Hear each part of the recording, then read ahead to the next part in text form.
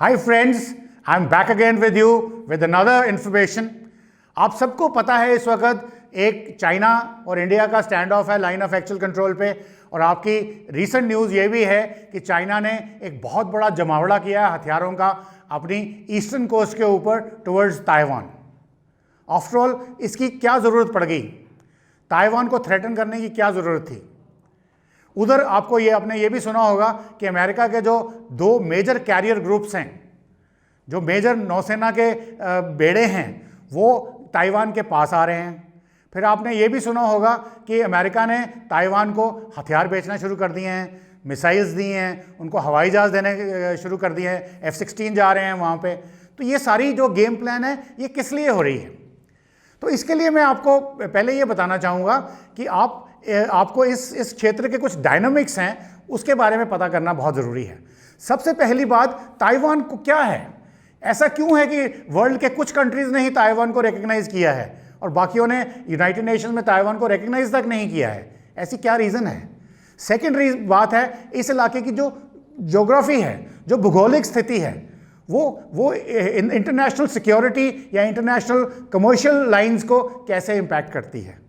और तीसरी चीज़ जो आपकी यहाँ जानने की बहुत ज़रूरत है कि वो ये है कि आफ्टर ऑल यहाँ पे चाइना और अमेरिका की क्या गेम है। तो ये दो तीन चीज़ों के बारे में मैं अभी आपको थोड़ा सा अवगत कराऊंगा इसके बारे में। सबसे पहले देखें कि ताइवान क्या है। ताइवान एक ज़माने में चाइना का ही हिस्सा था। इसके ऊपर जापानीज़ ऑक्यूपेशन थी। 20वीं सदी के शुरू में ये जापानीज़ ऑक्यूपेशन ख़त्म हो गई और चाइना में एक सिविल वॉर शुरू हुई। चाइना में जो गवर्नमेंट थी वो चांग काई शेक की थी। तो जब ये सिविल वॉर शुरू हुई तो जो कम्युनिस्ट थे उनका बोलबाला बढ़ता चला गया। तो चांग काई शेक ने जो अपनी गवर्नमेंट थी उसको लेकर के वो अगर कह सकते हैं कि वो इस ताइवान के आइलैंड के ऊपर भाग गए।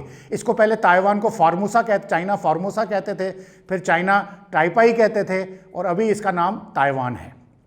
तो जब वो यहाँ आ गए और मेनलैंड के ऊपर कम्युनिस्ट पार्टी का कब्जा हो गया, तो कम्युनिस्ट पार्टी को हमेशा ही ये रहा कि ये जो आइलैंड है ये हमारा है और चांग काई शेक को हमने मेनलैंड से भगाया है तो उसको यहाँ से भी भगाना है। परंतु क्या हुआ, चांग काई शेक के बाद उस पर्टिकुलर आइलैंड के ऊपर ताइवान में बहुत सारे प्रो इंडिपेंडेंस ग्रुप्स इमर्ज हो गए और उन्होंने अल्टीमेटली अपनी वहाँ सत्ता बना ली और अपना एक कंट्री इस्टेब्लिश कर लिया। परंतु जब वो यूएन में गए, कुछ कंट्रीज़ ने उसको मान्यता भी दे दी, रिकग्नाइज भी कर लिया, परंतु जब वो यूएन में गए तो वहाँ चाइना के पास वीटो पावर था, उसने आगे चलने नहीं दिया। तो इस तरह से ये स्टैंड ऑफ चलता रहा और आज की डेट में आज तक जो ताइवान के लोग हैं वो अपने आप को चाइनीज़ नहीं मानते। वो हालांकि वो हान हैं, रेस सेम है, पर वो कहते हैं we are an independent country. और जो चाइना वाले हैं वो कहते हैं वन चाइना पॉलिसी। वो ताइवान को भी ज़बरदस्ती अपना कंट्री बोलते हैं। साउथ यूनान जो है उन्होंने कब्जे में ले रखा है, उसको भी अपना मानते हैं। तिब्बत को भी अपना मानते हैं। सिनकियांग जो ईस्ट टर्किस्तान है उसको भी अपना मानते हैं। साउथ मंगोलिया जो किसी ज़माने में मंगोलिया का हिस्सा था वो भी ज़बरदस्ती हथियार रखा है। मंचूरिया जो किसी ज़माने में कभी जापानीज़ और कभी अमेरिकन रशियंस ने उसको कंट्रोल कर रखा था, उसको भी अपना हिस्सा मांगते हैं। और जहाँ जहाँ तो उन्होंने अपनी मनमानी कर ली वहाँ तो चल गई, परंतु अभी सिनकियांग में प्रॉब्लम है, तिब्बत में प्रॉब्लम है और ताइवान में प्रॉब्लम है, हांगकांग में प्रॉब्लम है। तो ये प्रॉब्लम्स चल रही हैं। तो इस तरीके से ये डिस्प्यूट बन गया है। एंड सडनली क्या हुआ है कि जब ये चाइना ने क्या किया, दूसरा अभी यहाँ की भूगोलिक स्थिति देखते हैं। अगर आप यहाँ देखें ये आपका साउथ चाइना सी है। वैसे इंडिया के कुछ इतिहासकार हैं वो कहते हैं इसको साउथ चाइना सी क्यों माने, ये भारत का पूर्वी सागर है। ये किसी पुराने लेख में उन्होंने बताया है 17वीं सेंचुरी में कि 16वीं सेंचुरी में कहीं पे ये इसका वर्णन एज पूर्वी सागर किया गया है। तो जो पूर्वी, क्योंकि उसके बाद ये जो साउथ ईस्ट एशिया का पोर्शन है इसको इंडो चाइना बोलते हैं, इंडो चाइना। तो इंडिया के साथ कहीं इसका कनेक्शन था। और जैसा कि हम जानते हैं चंद्रगुप्त मौर्य या वैसी जो हमारी बड़ी बड़ी डायनेस्टीज़ हुई हैं उनका जो विस्तार था वो ऑलमोस्ट थाईलैंड, सिंगापुर उस इलाके तक था, इंडोनेशिया तक था। तो इसके काफ़ी वर्णन हमको मिलते हैं। परंतु यहाँ पे अभी क्या हुआ है कि इस सी के अंदर, साउथ चाइना सी के अंदर कुछ इंपॉर्टेंट आइलैंड्स हैं, जैसे स्पॉटली आइलैंड्स हैं, पैरासिल आइलैंड्स हैं, फिर स्कालबरो रीफ है, फिर उसके बाद ये गल्फ ऑफ टोनकिंग है यहाँ पे। तो और यहाँ पे बहुत सारे आइलैंड्स हैं। तो तो ये सारे आइलैंड्स किसी के ऊपर बहुत सारे कंट्रीज इनको क्लेम करते हैं। वियतनाम क्लेम करता है, फिलीपींस क्लेम करती है, ब्रूनोई क्लेम करती है, मलेशिया क्लेम करते हैं। और ये सब क्लेम्स को लेकर चाइना के against Philippines world international court of justice में भी गए और वहाँ पे फिलीपींस जीते भी, क्योंकि एक यूएन का एक है United Nations convention on law of seas, उसके हिसाब से जो 200 नॉटिकल माइल का एरिया जो होता है, जो ऑलमोस्ट 360 किलोमीटर के आसपास वर्क करता है, जो कोस्ट लैंड से उस एरिया के अंदर, सी के अंदर जितने रिसोर्सेज हैं वो उस कंट्री के हैं। तो चाइना ने यहाँ क्या किया है, पैरासेल आइलैंड्स और ये स्पार्टली आइलैंड्स, स्कार्बरो रीफ वगैरह, इनको ऑलरेडी ज़बरदस्ती हथिया लिया है और उसके ऊपर अपने मिलिट्री बेसिस बना लिए हैं। और फिर उन्होंने अपने वो 200 किलोमीटर 200 नॉटिकल माइल्स को गिनना शुरू करके जहाँ जहाँ पे भी कोई आइलैंड मिला, अगर वो रिक्लेम भी करना था रिक्लेम किया, उसकी बोर्डिंग करी और उसको आर्टिफिशियल आइलैंड बना दिया और अपने वो 200 किलोमीटर नाप के पूरा का पूरा जो साउथ चाइना सी है इसको एक किस्म की चाइनीज़ लेक बना दिया, एक अपने कंट्री की लेक बना दिया कि इसके अंदर जो कुछ होगा वो सिर्फ हमारा होगा। क्योंकि यहाँ पे बहुत सारे हाइड्रोकार्बन्स हैं, ऑयल रिसोर्सेज हैं, मिनरल रिसोर्सेज हैं जो जहाँ जिनकी माइनिंग की जा रही है। और कहीं इस मामले में कहीं क्लैशेस हो चुकी हैं वियतनाम के साथ, जहाँ इंडिया की भी पार्टनरशिप वियतनाम के साथ वहाँ पे है। तो इस पर्टिकुलर एरिया के अंदर जितना भी सारा एरिया है वो कहता है कि ये हाई सीज़ का जो एरिया है वो मेरी मलकियत है। हालांकि एक्चुअल जो as per United Nations convention law on law of seas जो 12 नॉटिकल माइल्स है वो आपका टेरिटोरियल वाटर्स है, मीन्स वो आपकी टेरिटरी है। और उसके बाद 24 नॉटिकल माइल तक अगले 12 नॉटिकल माइल जो हैं वो कंटिगुअस जोन है और फिर EEZ that is exclusive economic zone है। तो इस तरीके से चाइना ने इसको हथिया करके ये सारा का सारा अपने पास ले लिया है। और अगर अब इसकी ज्योग्राफी आप देखें, ऊपर से जहाँ ताइवान के ऊपर अगर आप देखें तो कोरियन पेनिनसुला है, उसके साथ सामने जापानीज़ आइलैंड्स हैं, फिर थोड़ा और नीचे आता है तो हैनन आइलैंड है जिसके बगल में हांगकांग है, और इस तरफ यहाँ पे आपके पास फिलीपींस है एंड नीचे बाकी सारे दूसरे वाले आइलैंड्स हैं। तो ये एक बड़ा इनक्लोज्ड किस्म का एरिया है जिसके अंदर वर्ल्ड का 60% of the trade passes through this area. और इसका एंट्री यानी कि मुहाना स्टेट ऑफ मलक्का है जो सिर्फ 5 किलोमीटर वाइड है।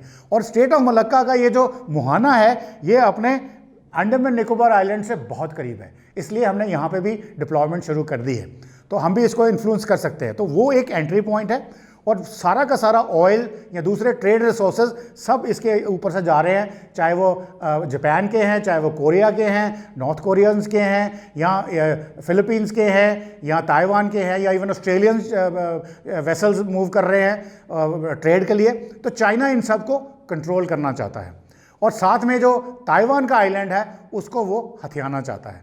तो उसके लिए और उसने ताइवान के ऊपर बहुत सारी कोएर्शन शुरू करी, जो वो इसकी ग्लोबल नीति जो अभी चल रही है कि जगह जगह पे वो अपनी संप्रभुता साबित करना चाहता है, चाहे वो इंडिया के साथ हो या South Asian countries, SAARC countries के साथ हो। जैसे आपको मालूम है बर्मा है, बांग्लादेश है, श्रीलंका में उसने ऑलरेडी हम्बनतोता लीज पे ले लिया है as a matter of repayment of loans.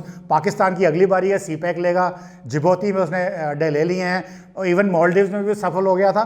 तो उसी सीरीज़ में उसका ये सोचना है कि इस समय वो इतना पावरफुल बन चुका है या उसके पास इतने पैसे हैं, ये उनकी सोच है।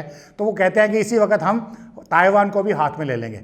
परंतु अभी जो ताइवान की नई प्रेसिडेंट बनी है साई सुंग, वो एक बहुत स्ट्रांग लेडी है। उसने बोला कि अगर आप हमारे ऊपर हमारे आसपास कोई ड्रिल्स करेंगे, कोई मिसाइल्स को फायर करेंगे हमको डराने के लिए, तो हम भी काउंटर करेंगे। और उन्होंने अमेरिका के साथ एक पैक्ट कर लिया है। अब अमेरिका का ये जो पैसिफिक में ग्वाम्स आइलैंड है जहाँ पे अमेरिका का इतना बड़ा बेस है, और कहा यह जाता है कि अमेरिका के पूरे मेन लैंड पे इतने हथियार नहीं हैं जितने हथियार अमेरिका ने यहाँ पे डंप कर रखे हैं या स्टॉक कर रखे हैं, यहाँ उनको डिप्लॉय कर रखा है। तो this is a major base. और यहाँ से जितनी भी नेवल फोर्सेस हैं, एयर फोर्सेस हैं या मरीन्स हैं, वो सारे के सारे बहुत पास हैं इस साउथ चाइना सी के। तो वो वहाँ से उसने मोबिलाइज कर दिए थे जब को उनको पता चला कि ताइवान खतरे में आ रहा है। तो ताइवान को उन्होंने मिसाइल्स की आर्मिंग शुरू कर दी है, हवाई जहाज़ देने शुरू कर दिए हैं और उनको मिलिटरीली स्ट्रांग बनाया है ताकि वो अपने आप को प्रोटेक्ट कर सकें। उसके अलावा इसने जो अपने जंगी बेड़े हैं, जो एयरक्राफ्ट कैरियर्स हैं या दूसरे जहाज़ हैं, वो अपनी दूसरी फोर्सेस हैं, मिसाइल्स हैं, वो सब मूव कर दी हैं टुवर्ड साउथ चाइना सी नियर ताइवान, कि अगर चाइना ऐसी हिमाकत करता है तो उसका मुंह तोड़ जवाब दिया जा सके। अभी कहा यह जा रहा है कि चाइना ने ताइवान आइलैंड के ऊपर अपनी मेनलैंड में उस ताइवान की तरफ 40,000 troops of different types, missiles, aircraft and naval forces, और यहाँ पे इस सी में चाइना की जो सबमरीन्स हैं वो बिल्कुल खुलेआम घूम रही हैं, तो which are a big threat to the naval forces otherwise. तो ये सब चीज़ों को काउंटर करने के लिए इस समय जो इस यहाँ पे स्थिति पैदा हुई है ताइवान को लेकर के, कि यहाँ पे कभी भी छोटा सा ट्रिगर हो गया तो ये एक युद्ध की स्थिति बन सकती है, और ये लोकलाइज्ड कॉन्फ्लिक्ट नहीं रहेगा, ये कॉन्फ्लिक्ट न्यूक्लियर कॉन्फ्लिक्ट में भी कॉन्फ्लैग्रेट कर सकता है, और उसके अलावा ये वर्ल्ड वॉर 3 के भी चांसेस बन सकते हैं। और यहाँ पे मज़ेदार बात आपको मैं ये बता दूँ, चाइना बहुत स्मार्ट कंट्री है। अगर इस एरिया में कोई ट्रिगर वाली बात आएगी तो वो खुद नहीं कुछ इनिशिएट करेगा। अभी जैसा कि उनके माउथ पीस हैं ग्लोबल टाइम्स, उन्होंने बोला है कि China will not start the war, तो बहुत कॉशियस तरीके से आगे चल रहे हैं, पर वो हो सकता है नॉर्थ कोरिया को बोलें, और कल को जब ब्लेम आए कि लड़ाई किसने शुरू की तो बोलेंगे हमने नहीं, ये तो नॉर्थ कोरिया ने करी थी जो यहाँ पे है, इसी मुहाने के, इसी एरिया के थोड़ा सा नॉर्थ में है। तो इस किस्म की चीज़ें हैं, और नॉर्थ कोरिया को भी को काउंटर करने के लिए अमेरिका ने साउथ कोरिया के अंदर अपनी मिसाइलें तैनात की हैं, अपने बैलिस्टिक मिसाइल डिफेंस सिस्टम जैसे थैड्स हैं वो तैनात की हैं, कि अगर कोई हिमाकत नॉर्थ कोरिया की तरफ से चाइना के बिहाफ में या अदरवाइज किम जोंग उन जो इतने सन की तानाशाह समझे जाते हैं कुछ करते हैं, तो उनको वहीं काउंटर किया जाए। तो इस तरीके से ये मोर्चाबंदी हो रही है, और यहाँ पे it's almost a flash point, और यहाँ पे कुछ भी हो सकता है जो यहाँ से आकर के बाद में ये पूरा का पूरा हिंद महासागर में फैलेगा, क्योंकि यहाँ भी चाइना की फोर्सेस एक्टिवेटेड हैं। और यहाँ पे इंडो पैसिफिक कमांड में जैसे कि आपको मालूम है कि क्वाड्स एक बनाने की बात चल रही थी ट्रैक टू डिप्लोमेसी में, that is India, America, Australia and Japan. तो ये 4 कंट्रीज़ का एक अलायंस बननी थी जो यहाँ पे अपनी फोर्सेस को डिप्लॉय करे, और उसकी डिप्लॉयमेंट शुरू हो चुकी है ऑलरेडी। इंडिया ने कर दिया है, ऑस्ट्रेलिया ने कर दिया है, American forces already there ex Diego Garcia island, और जापानीज़ ऑल्सो यहाँ पे आ रहे हैं। तो इस किस्म की मोर्चाबंदी इस पूरे इलाके में चल रही है। I hope I have been able to tell you कि ताइवान की यहाँ क्या इंपॉर्टेंस है, और ताइवान की वजह से इस पूरे क्षेत्र में किस तरीके से वर्ल्ड वॉर 3 भी स्टार्ट होने के पूरे इम्कान हैं, जो कि न्यूक्लियर लेवल में भी जा सकती है। और न्यूक्लियर लेवल पे वॉर जाएगी तो आपको मालूम है क्या होगा, मुझे बताने की ज़रूरत नहीं है। Thank you very much. I will come again with you in the next episode. जय हिंद, जय भारत।